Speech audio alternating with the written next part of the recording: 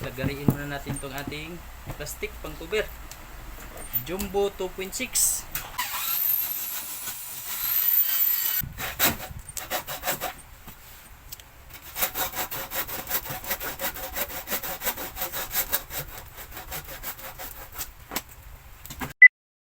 So ayan mga kabistak, madali lang talaga ang trabaho mga kabistak pag marami kayo.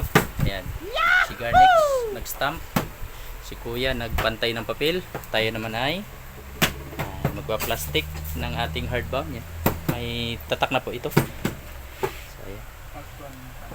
Alright, so dito sa amin talagang mabilis-bilis kami kasi marami kami ang gumagawa. So lahat kami marunong sa ganitong klaseng gawain.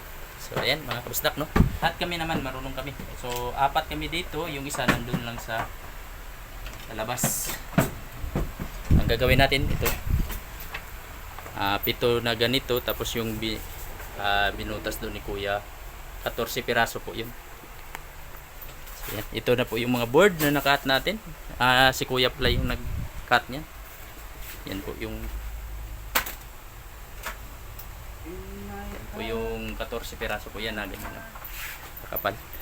I-rugby muna natin mga kabistak, no? So ayan, yun lang po mga kabistak ang gawin natin ngayong araw mga kabistak, no? So busy pa rin tayo sa pag-hardbound. Ginagawa mo!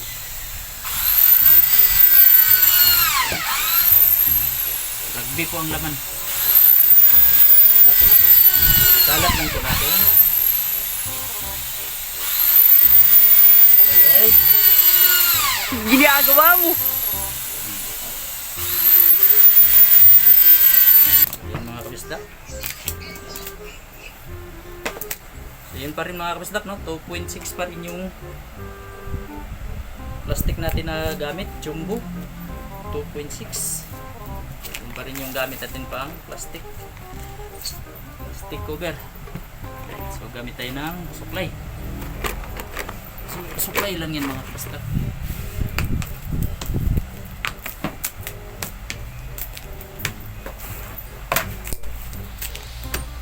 Wala muna tayo dun sa machine. Dito muna tayo na-assign sa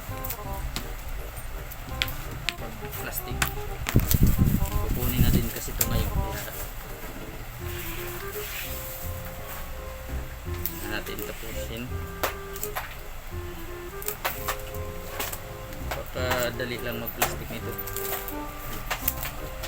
Yung iba kasi ang gamit ay scotch tape sa aming rugby. Sana ito talaga kami pag nag-plastic cover kami sa hardbound, rugby talaga gamit namin. Yung iba naman glue. So iba-iba po. Scotch tape, pwede ring glue. So kanya-kanya tayo ng hilig kung ano yung gamit natin sa pag-plastic ng hardbound. Ayan. So yun na po. Yun na. Plastic cover na po yung basta.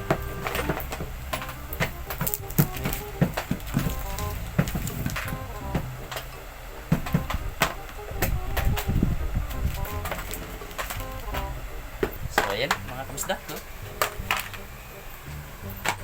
So yan po. Yan po yung gagawin natin ngayong araw mga kabisda. So nakikita nyo naman makalat pa yung lamisa natin. Madaming kalat kasi hindi pa natin nagagawa. So mamaya pagkatapos nito malinis na naman. Yun po yung kahapon natin na B9. So yan lang po. Okay kayo.